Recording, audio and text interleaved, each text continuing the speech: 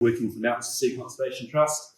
I live in Whangarei, and as I said, I'm the manager of the Northland Īnanga Spawning Habitat Restoration Project and the national coordinator for the National Īnanga Spawning Programme.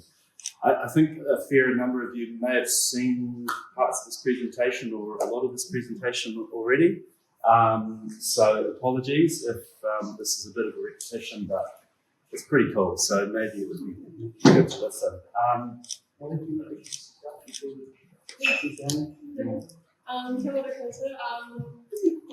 Yeah, my name is Kereopa. I'll do my best to how I start my presentation, but yeah, I come from Northland as well.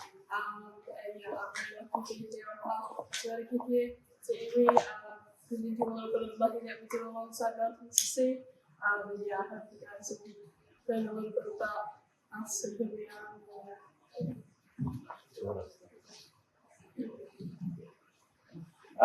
So the National Īnanga Spawning Programme kicked off in 2016. It was envisioned by Kim Jones as a way of creating resources that could be made available for community groups, catchment groups, hapu and iwi, to get out there to find, protect and restore Inanga spawning sites in the Northland. And this was born of the understanding that Inanga are at risk, their numbers are declining significantly. And this is mostly due to changes in habitat over the last 150 odd years. Most of this has been through the loss of wetlands. 97% of wetlands have been lost in Northland alone, and across the country about 90%. Inanga are a coastal freshwater species, and they would have spent a fair portion of their adult lives in those wetland areas. And their spawning sites have been heavily disrupted as well around the place. So it was a collaborative effort between Mountains to Sea and EOS Ecology, gleaning information from journal articles and research articles, and really just sort of bringing that language to the people and creating resources that could be used for these restoration efforts. So these are the resources that have been provided, that have been produced. So how to conduct a saltwater wedge survey. This will all become clear over the next few slides what these are if you don't know what they are. How to find spawning sites. How to conduct habitat assessments, which is a really important part of the project. How to identify both adults and their eggs. So, you know, before you start doing a saltwater wedge survey in an awa, you need to know that there's actually inanga there. You also need to know what their eggs look like and how to determine that you're not counting slug eggs and snail eggs, for instance. We, as part of the project, quantify the egg numbers so that we can tell over time if the restoration efforts that we're putting in place are becoming successful or being successful. If we find areas on an awa where we believe the inanga should be spawning, but there isn't any habitat currently there that is suitable for spawning, there are protocols established for artificial spawning habitats. And some great work gone into developing restoration planting schemes as well. And of course, some ideas around best practice on pest trapping, which is also a really important part of the mahi. These resources are all available on our website if you think that you might want to start some of this mahi. So I guess to understand really the background to the resources, I think it's a really good idea that you understand the species that you are studying and so why we do this. So a little bit of the background on Inanga. So Inanga are a migratory species. They spend half their lives in the moana, half their lives in the awa.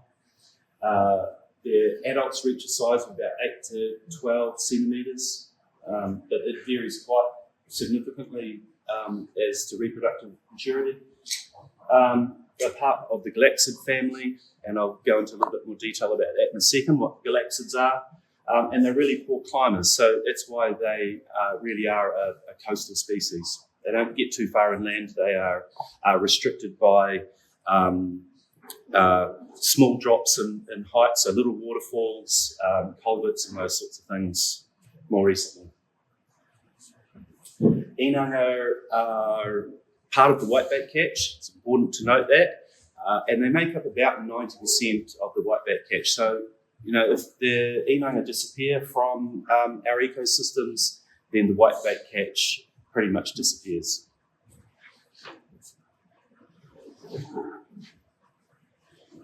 So it's generally understood that whiteback's made up of 6 species, depending on whereabouts in the country you are.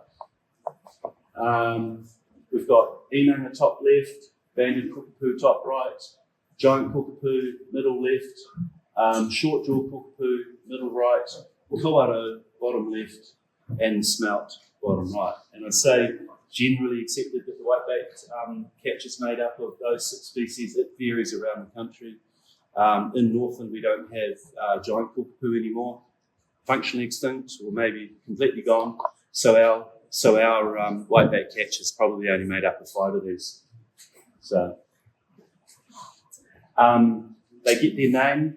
The first galaxid that was described scientifically was the giant cockapoo, and because they have this beautiful patination on their skin that looks like the starry night sky, the galaxy, they get their genus name, Galaxid. It's quite beautiful. So this is the life cycle of the migratory galaxids, and I'll obviously speak about Inanga here in particular, because their life cycle is quite different from the other galaxids. Inanga are generally accepted to be an annular species, so they only live for 1 year. They spawn and they die for the most part. Some of the adults make it through those spawning events and become potentially 2-year-olds. I know they grow a little bit older in captivity. You can get 3-year-olds, but they're probably not spawning in tanks, so that's why they can live a little longer. So the adult fish spend 6 months in our coastal hours.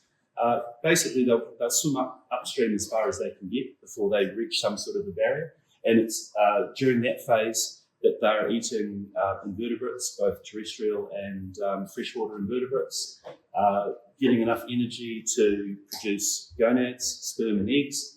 And then in the late autumn and winter months, they migrate downstream.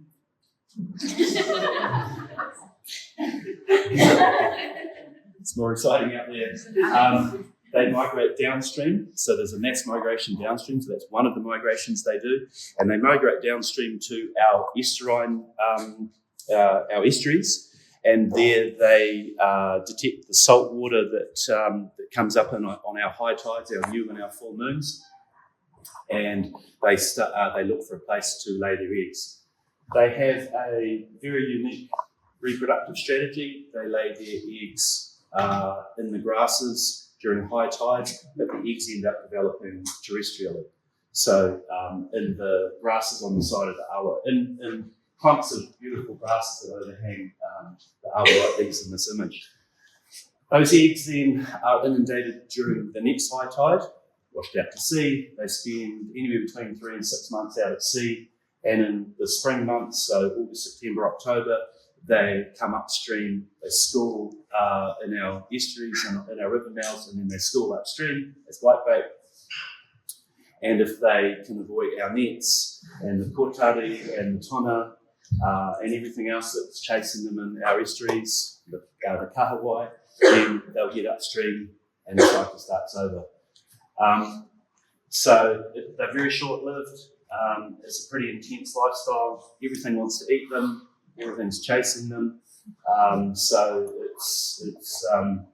it's gold when we find them spawning successfully in our awa. So this is what Inanga eggs look like. it would have been really cool if we could have found some yesterday. Although I think getting you all onto that little spawning site to have a look at them might have been a little bit too much for that site. But you sort of see the type of environment that these eggs are being laid in.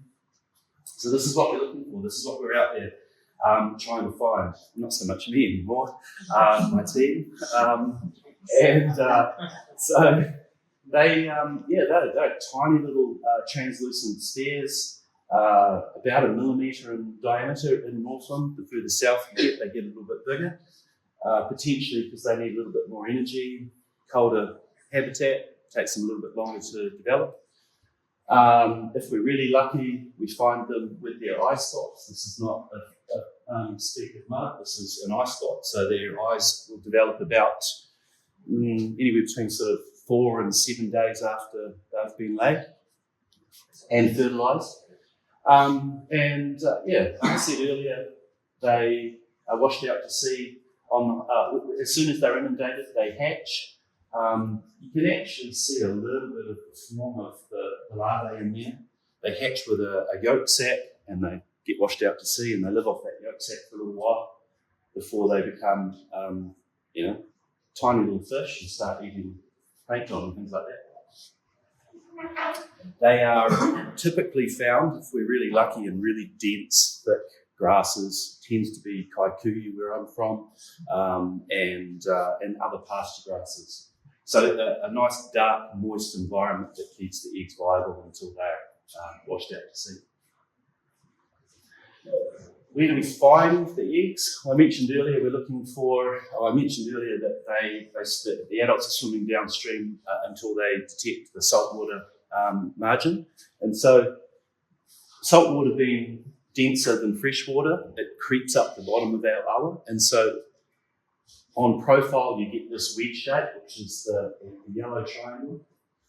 And so we're out there in our kayaks, usually, with a salinity meter, and we draw this profile with our salinity meters. We take a bottom reading, a mid-range reading, and a surface reading, and eventually we get to the top of the wedge. And where we find the top of the wedge is determined to be 0.5 parts per thousand, so it turns back to freshwater.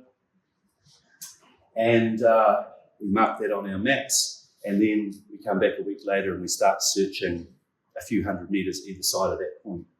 The literature would say 120 metres, so that love zone is about 240 metres, but there's a huge number of variables in that. And Inanga will spawn in a stream this wide and this deep.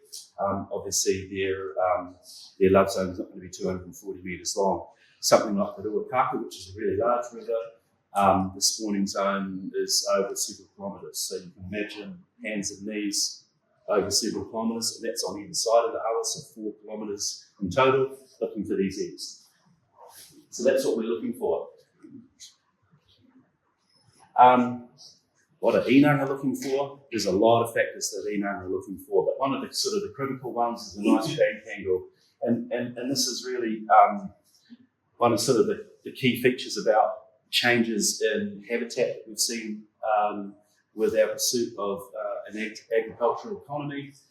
A lot of streams around the country that flow through farmlands and even through our urban areas. They get the digger in there, they straighten the banks. We want the water to get out to sea as fast as possible.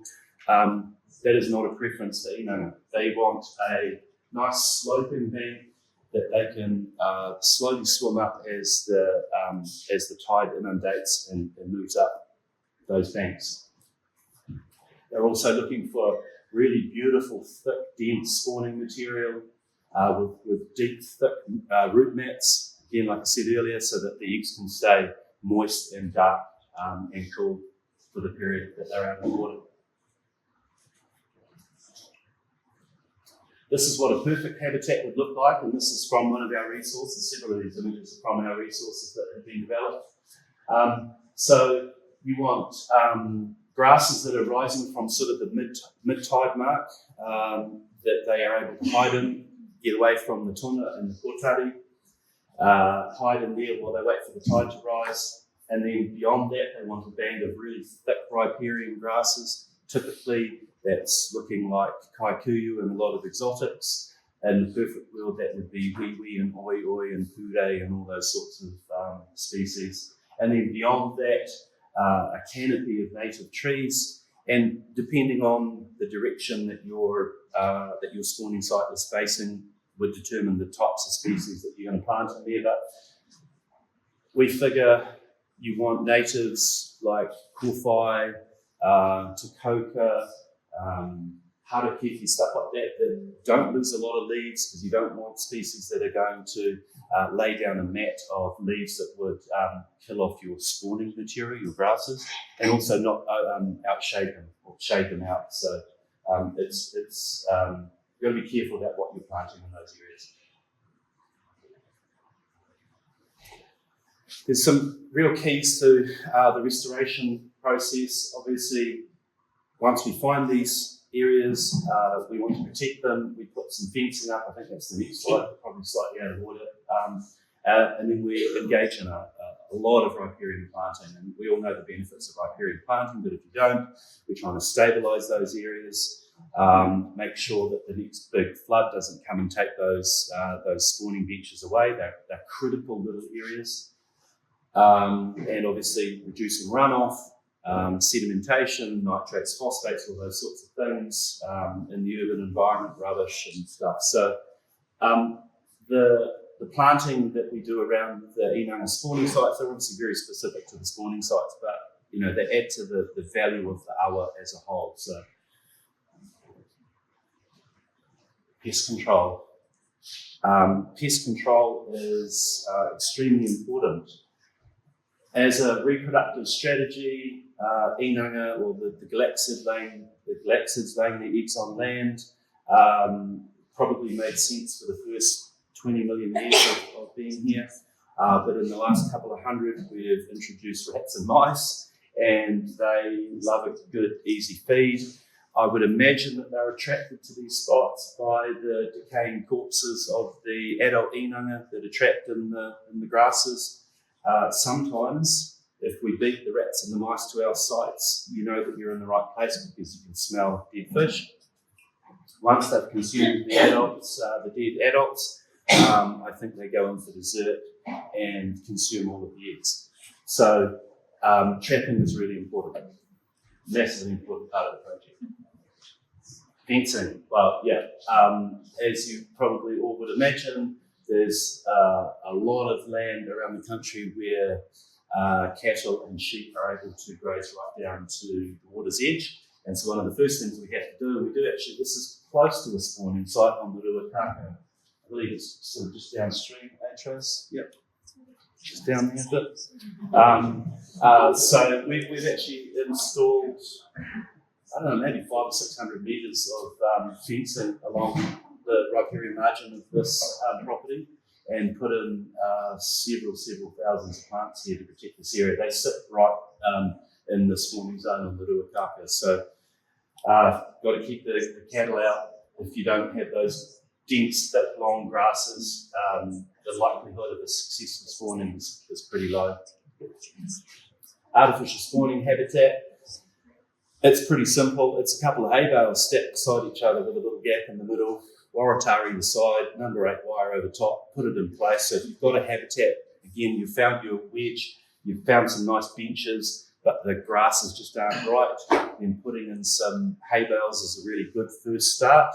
And if you can confirm the presence of eggs after some of these new moons and full moons, then you're in the right place, and then you can start going about planning your restoration for that area. Right, so that's the NISP resources. Thanks for the photo, Lorna. So the NISHRP project, right? So the NISHRP project was born out of the NISP program. Again, another genius idea by Kim. We've got these resources. Let's develop a program across Northland, a regional program, and so it's been running since the second half of 2022. It's a 3.5-year project, majority funded by MFE, and it was to get a team on the ground, utilise the resources that have been developed, and see if we could find and protect and restore as many spawning sites across Te Tai Tupuna as we possibly could. There was a focus on 25 awa across Northland. Very much a collaborative process. Probably can't see that too well, but we've got staff from Department of Conservation, NRC, and of course our hapu partners, Patuharakeke, Ngāti Manu, Ngāti Kuri, and the Whirinaki Trust. So they have all been key to the success of this project so far. So these are the awa that we've been working on. Although things have changed a little bit, sometimes we haven't necessarily got access to some of these areas, but we're still on 25 awa. And so we're geographically widely spread, north to south, east to west.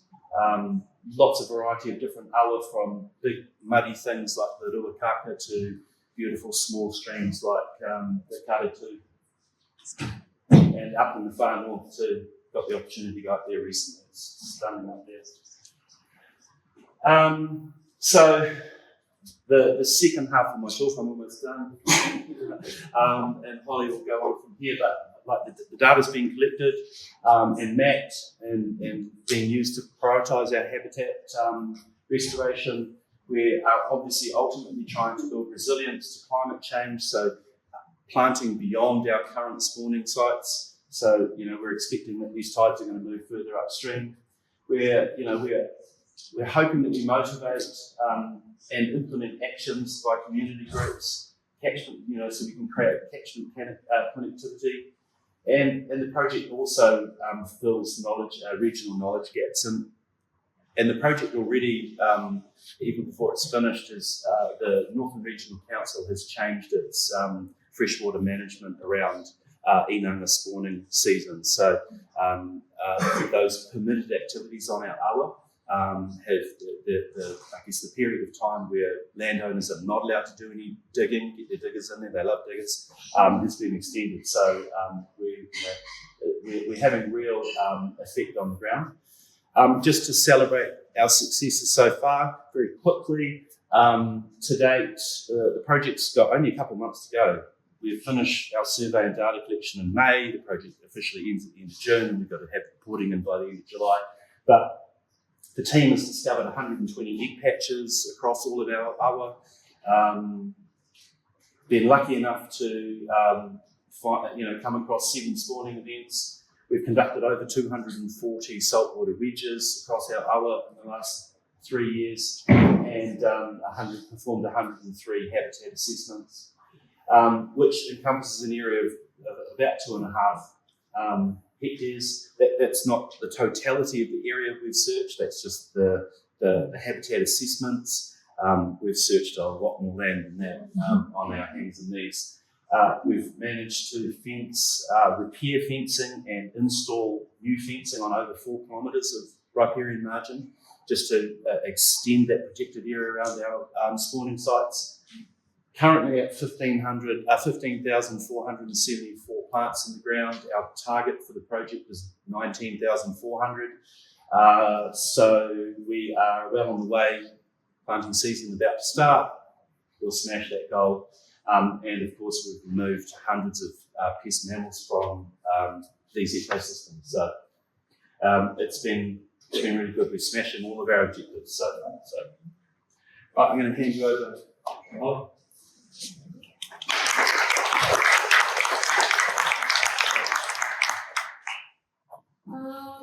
Tēnā koutou. Nā te maunga ko Whangarei te rerenga pāo te moana. Ko takahiwa te awa, ko takahiwa te whenua, ko rangi ora o ko tupuna mara. Ko Patuharakeke te iwi, and ko Hollie Kereopa tōku ingoa. Kia ora. I'm here on behalf of Patuharakeke te iwi today to talk about some of the mahi that we do with Mountain Sea Conservation Trust. I am very lucky that I whakapapa to Patuharakeke, but I'm double lucky that I work alongside some of the amazing people up there. So a little bit about us and about where we are and who we are. We hail from the beautiful Te Tai Tokedo, so we're a long way from home today. And here's a little map of our bay. You can see the Whangarei Harbour there, and Takahiwai is where our marae is located. You can see a little bit of Ngāhere behind our Takahiwai whenua there, and that's called Puke. It's a huge peak of abundance of kauri trees behind our marae. We're very proud of our kauri trees up north. We are a coastal hapu, and we have been doing this kind of mahi for about 8 years, since 2018. These are the main parts of Aotearoa. So we're the southern side of the Whangarei Harbour. We go out the harbour and out to Marsden Point there, Kōpō Whenua. We go down and around to Patuharakeke, down a bit further down to Waipu, and then to the end of Aotearoa, which is Lanes Beach, kind of Mangawhai Heads kind of area. We're lucky enough to have Kereopa Conservation Trust here, which is another group of people that we work with. And there's a lot of other environmental groups in Aotearoa that do the same kind of mahi. So yeah, Patuharakeke, this is Aotearoa here in orange. This is where we do all of our mahi and lead all of our mahi. Sometimes we go out of Aotearoa to Tautoko other iwi and hapu or other organisations, but most of our mahi is inside of Aotearoa here. We are our environmental team, our tile unit, is one of our 7 or 8 different po. We have other things like educational and po-water different po, but I'm strictly just a tile po. I love my mahi, and we are slowly but surely growing our capacity and capability. I won't read all of that because it's a little bit too boring, but yeah, this is who we are, this is where we're from.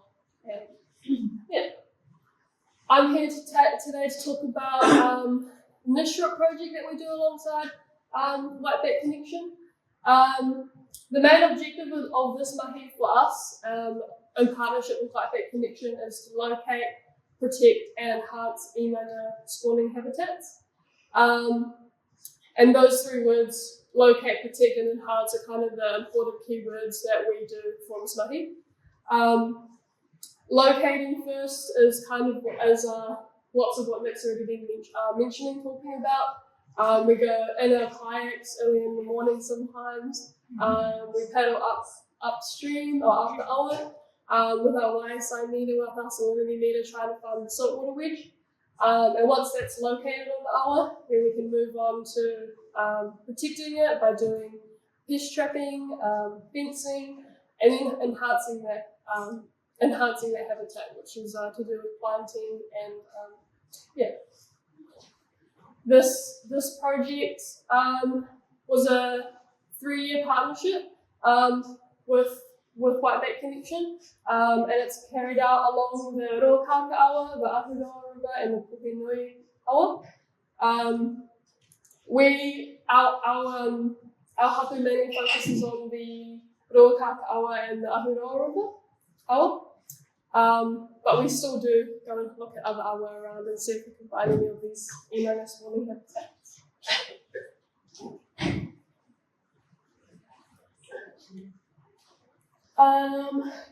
So yeah, the first awa that I wanted to talk about today was the Ahuroa awa. You can kind of see this is 11 kilometers all the way from the Moana all the way up to the spawning locations. So it's a really big awa. Where we get our kayaks into the water is down by the Millbrook Bridge, where you can see the bottom of that photo there. And we kind of get in the water. We paddle either one way or the other. Sometimes we paddle one way and we realise that the saltwater wedges move dramatically, and we paddled the wrong way, so we have to turn around and paddle 1 way the other way. And it's really fun. But yeah, this is a really beautiful kind of part of Aotearoa. We don't often get to do mahi in this area, so this is a really positive thing that I think this project has brought to our hapu, is being able to reach further areas of Aotearoa that we might not have otherwise been able to go to.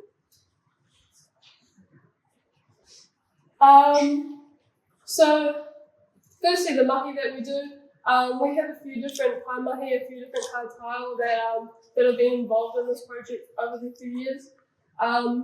First things first is finding the actual habitat, finding the saltwater, freshwater wedge. We use a kayak, we use 2 people in the kayak, a double kayak, and the person in the front is usually the one using the YSO meter, taking all the measurements, and the person in the back is usually writing down all the data, collecting all the data, storing the data. From there, once we've found the love zone or the saltwater wedge, is when the week following that is when we're kind of out there looking on the banks of the awa. We're looking in the grasses. Most of the grasses that we have there is kaikuea. We're a very farmy country area, which is really cool for us, but it comes with its own challenges as well. You can see in some of those photos, in that bottom one, that's where we found some of the eggs. And so they're really, really small. Like, I haven't personally seen any, but some of our other kai mahi are really good at spotting really tiny, almost invisible eggs. So yeah, we're really lucky that we've got a good range of diverse people in our group that are really good at this mahi. We've been able to use Survey 123 to collect our data, which has been good for us. It's kind of allowed us to broaden our mahi a bit, using apps that we wouldn't really use. And with that, we also get to look at different types of field maps using the GPS, and we get to kind of get a lot more data out of it than we thought that we would. I think for a lot of hapu and iwi, data collection and data sovereignty is really important. And so for us, this is really like uplifting our modi and our mana. We're doing predator control on Kereopa awa with rat traps, and we also do, alongside other entities and organisations, we're doing riparian maintenance and riparian planting. You can go out there for a day or 2 of planting, but then for the next year or so, you've got lots of more maintenance that comes with that. It's not just a little bit of mahi, it's a lot of mahi, but we love it. We love getting out there. The outcomes of this mahi, the saltwater wedge has been found on the Ahuroa River. We have found 4 Inanga spawning sites along that one awa. But with that, we found other Inanga spawning sites along other tributaries or other awa that come off the main awa. Millbrook awa, the Kereopa awa, and the Pōkeno awa. And with that, we've got 4 kilometres of predator traps along the Kereopa awa. So here's just a little photo of 2 of the awa that I'm talking about. We've got in the red is the Ahuroa awa, and you can see it's got kind of a few plants, a few trees along the awa there, surrounded by lots of farm. And then you can see the yellow line there is the Millbrook awa. And there's been 1 spawning site down there, and then on the red, there's 4 of the main Ahuroa. This is where we usually get in the awa, in this bridge here. It's a little bit of a hard one to get down to. We're like sliding down the bank with this kayak. And I think this screenshot's from, 2023, maybe last year, but this is just an example. Like, Steve was used to going this way down the awa. And I think it might have been after Cyclone Gabriel, maybe. Before the cyclone, he went that way. Potentially, and then one time we were pedaling all the way down here, the YSO meter just wasn't changing, it wasn't doing what he thought, and then he's still going the wrong way. So it's turn around, come all the way back here, past where we started, and then go another kilometre that way. It was really exciting. I love getting up there and kayaking. It's not something that we usually do, so it's really exciting. Here's a few photos from what we found. Obviously you can see like the grasses there on the side of the awa. These are where we usually find the Inanga eggs. It's a long hunt sometimes, but then when we find the results, it's all worth it. Like seeing these eggs, it gets so many people excited. It gets so many kids excited as well. We tell them about it and we educate them about it. And yeah, you would never thought something so small would bring so much joy to like our people and our community as well. But yeah, they're amazing. Like, it's been really cool doing this mahi and going on little egg searches on the side of the banks. Here's another example of one of the awa that we do alongside Mountains to Sea and some of the farmers, some of the landowners around our awa here.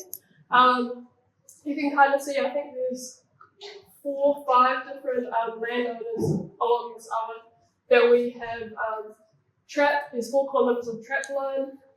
There's 127 traps along that awa, and each trap has got 25 metres of spacing between them. One side of the awa is 1, 2, or maybe 3 different farms, and the other side is 2 different farms.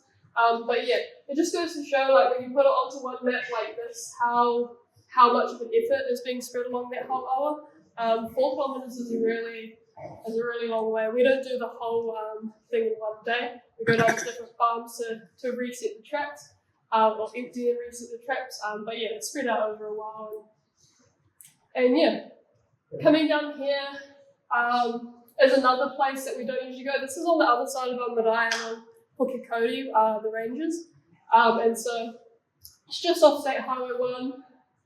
It's a really beautiful place though. I've been there a few times resetting the traps, and they're always abundant in rats usually, sometimes a few possums. But yeah. So year 1 and 2 are really good for us. The traps we check once a week. We reset the traps and replace the peanut butter that's in them. The tracking tunnels are installed at the start of the season and the end of the season to see if our efforts are going up or down. There's 2 poison runs that are put in there using rat bait. The traps themselves, they're fixed to trees. We found that sometimes if we don't fix them to trees, then they'll fall down the bank or they'll just mysteriously disappear. And all this mahi is over May to October, so it's kind of the cold seasons, which is perfect for us. Yeah. The data that we got out of the first and second year was we found along the Roka, we found 67 shipwreck, 18 Norway rat, 185 mouse, 6 weasels, and 1 hedgehog. This is huge for us. We do a lot smaller scale pest trapping in different parts of Aotearoa here, but nothing like this, and nothing is good like data collection.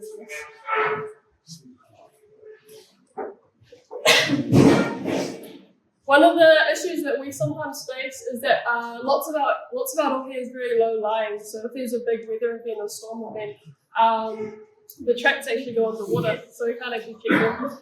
This happened a couple times. But lots of the paddock area where the traps are is actually really low lying, and it doesn't take a lot of rain for them to go underwater. It's pretty rainy up north now, and I'd say they're probably underwater. But yeah, this is just an example of one of the line properties. So yeah, we've got we used to have a very enthusiastic bunch of kaimahi. They love getting up there, they're very passionate about it, and even more passionate about sharing the mahi that we do with our local kura. We're really lucky we've got 3 primary schools in Aotearoa. We've got 1 high school, intermediate in Aotearoa, and lots of kindergartens. So yeah, we've found that the first time you introduce kids to pest trapping, rat trapping, they're a bit standoffish, but then the second time, the next week you get them in, they're like, I found a rat at home, my dad found a rat in our trap. They're all wanting to bring rat traps home and put them at their own house, so that's really good and positive. And it kind of seems like the theme as well that everyone's talking about is getting the kids out there and teaching the kids so that they can go and teach their parents. I think that's a lot easier. Yeah. Lots of the mahi is ongoing, so although we go out for a day, we're planting, this mahi And this project, this partnership actually allows us to extend the mahi that we do. We're not just going up there for one day. It's a continuous type of mahi, and yeah, it really helps grow our capacity and our capability, knowing that we can do this mahi in partnership. It really allows us to kind of, I think I've said it already, go to further parts of our head, explore more, see more, and restore more as well. The ultimate goal of our hapu is to restore the Māori, to restore the life force of our tonga. And we're still a long way off, but I think that it's really achievable when you see examples like this. It gives a lot of inspiration to us, and yeah, we're really grateful. I would just like to end by saying that although the NISHRP is a beautiful project that we do with Whiteback Connection, we're not really limited to just doing the Inanga spawning habitat with them. Because of the relationship that we have with Whiteback Connection, Y Connection, Mountains to Sea, that's been growing over the last 3, 4, 5 years, we're able to do other mahi with them as well. I'm here today on behalf of Patuharakeke. We have people who do mahi in the whenua, people who do mahi in the Waimaori, and people who do mahi in the moana. I'm a moana person, but our Waimaori person couldn't be here today, so I'm going to talk a little bit about the moana mahi that we're doing here now. This mahi is, I really wanted to touch on this because marine biosecurity is a big thing for us. We've got a port and a refinery right at the harbour mouth. And I wanted to talk about Sabella bandworm because it was first detected in Aperua in I think 2009. And we have at the moment, we're doing a removal project to try and remove Sabella from our harbour. There's hundreds and hundreds of thousands of Sabella in our harbour. And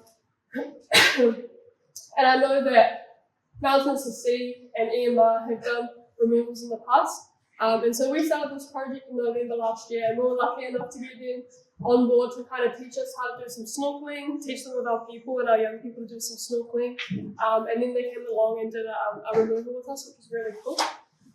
This is what they look like on the left. They look really beautiful in that photo, but they're not. This is the photo in the middle is some of our kaimahi learning how to do some rescue floats and some dive floats.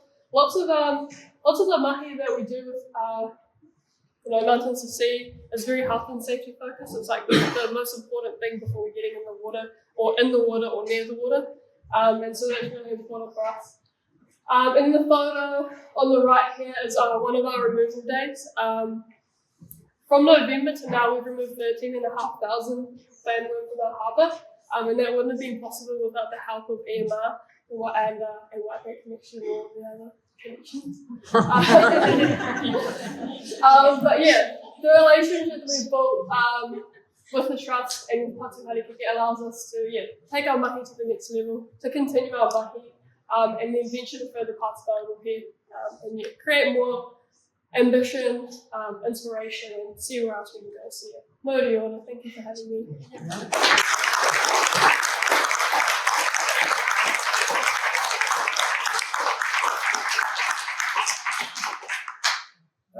Needless to say, Mountains to Sea has had a lot of fun working with Patuharakeke over the last 3.5 years, and the funding, gods be willing, the project will continue, and we'll get to continue this work. Thanks so much for coming along and telling everyone about the awesome stuff that you guys are talking with us. It's very, very important work. I just wanted to finish today's discussion with a bit of a show and tell on a tool that the NISHRP project has developed over the last couple of years. It's an amazing tool, and I think the future of this tool is looking really good. And it gets me really excited, and there's some really cool things that are happening in this space at the moment. So part of the project's deliverables, apart from building capacity and capability across the rohi, and teaching in schools and getting plants in the ground and all those important things. But we also developed alongside that tools for our field staff So pre 3.5 years ago, you imagine sitting in a kayak in the pouring rain in the middle of winter, and you're trying to write your data down on a piece of paper. Doesn't work. So the idea was to create some apps for our team, use in the field, using Survey 123 and field maps. And it was to put all of our resources, the Īnanga spawning resources, into an electronic form, and also to develop alongside those apps a data hub, so where we could view the data in real time. Enables us to tell a really good story about what we're doing. The vision is for this to become a nationally available hub. Just a bit of background. So it's Frank McCall from Mohua Maps. He lives in Nelson. He's sat alongside us in all of this, and he's been great at helping to manufacture this product. So what we see on the left, or the two images on the right, is a shot of what you'd see when you're in the field as a field operator. You enter your data straight in there, and that data ends up on the hub on the right here. And this is a screenshot from the hub. And we've got these data viewers. So, some of the data that I told you about before, the fencing, the number of sites we've found, the number of patches, the number of eggs we've counted, it's all stored in here. And on this map down the bottom, it shows you all of those locations where all of those eggs and patches and things have been found, and we can edit that data, or the team can, if need be. So, but one aspect of this creation of the system that I think is going to become has massive potential is this yellow polygon that you can see. This is a layer that was developed by our friend Nick Bamford from Northland Regional Council. And essentially, he's put together 50-year flood zones, 100-year flood zones, salt marsh areas, and for Northland mangrove areas. And so he's combined these three layers, and when we overlap them over on our base map, so this is what we're looking at is the Ruakaka River here, and I'll just point out some other details. So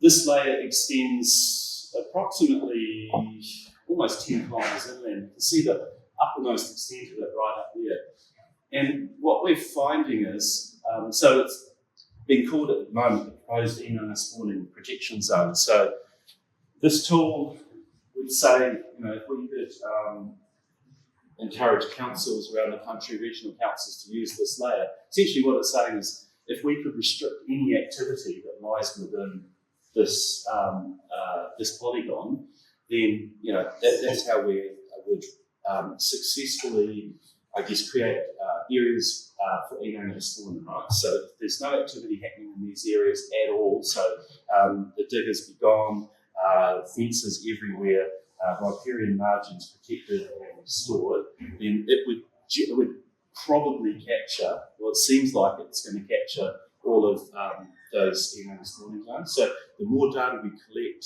I think the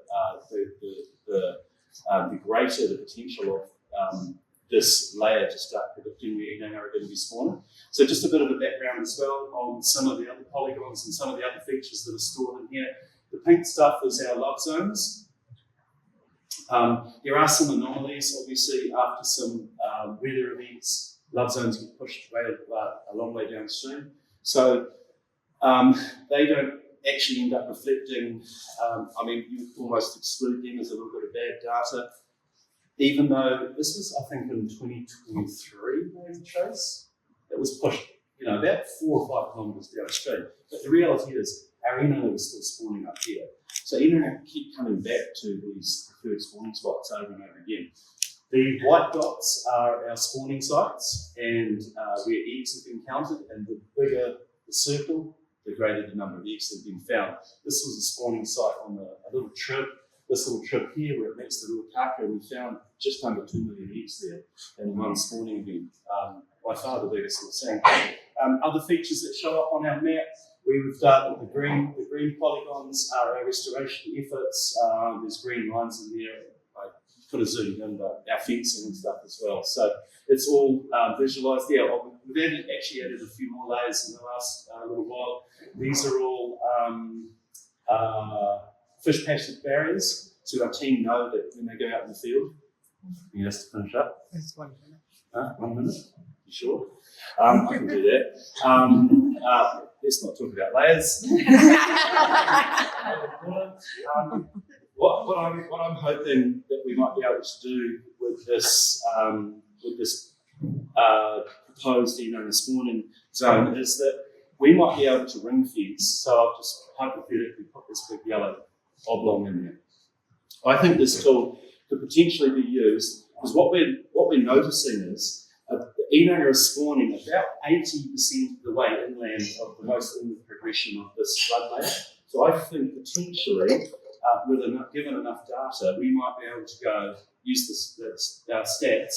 We might be able to ring fence these areas on every hour in the country.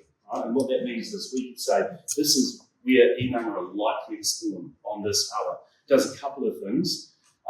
Heightens that protective area. It also means that potentially if there's groups out there that don't have the money to buy a salinity meter, they're anywhere from sort of $2,500 to $10,000, you could, with a reasonable degree of certainty, start searching these riverbanks for eggs without having to outlay that huge cost.